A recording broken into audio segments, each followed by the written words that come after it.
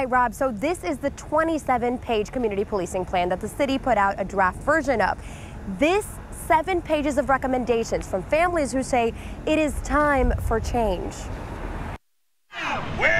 Now! They stand shoulder to shoulder with these 3 women. Each of them has lost a loved one. Brenda Bickerstaff's brother Craig, Samaria Rice's son Tamir, Alicia Kirkman's son Angelo. Each of them shot and killed by a Cleveland police officer. We're talking about lives that has been stolen. We're talking about my baby that got killed at 17 with his hands up.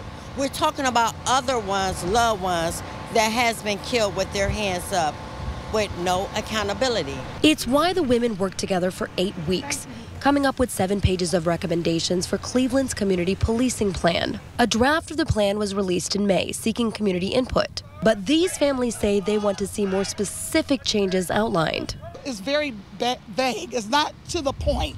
It's not saying what it should say. It's not giving examples and details. I'm hoping that we will get some accountability and clear transparency. Some of the recommendations include adding details about dealing with those suffering from mental illness and specifics on how police should respond to children.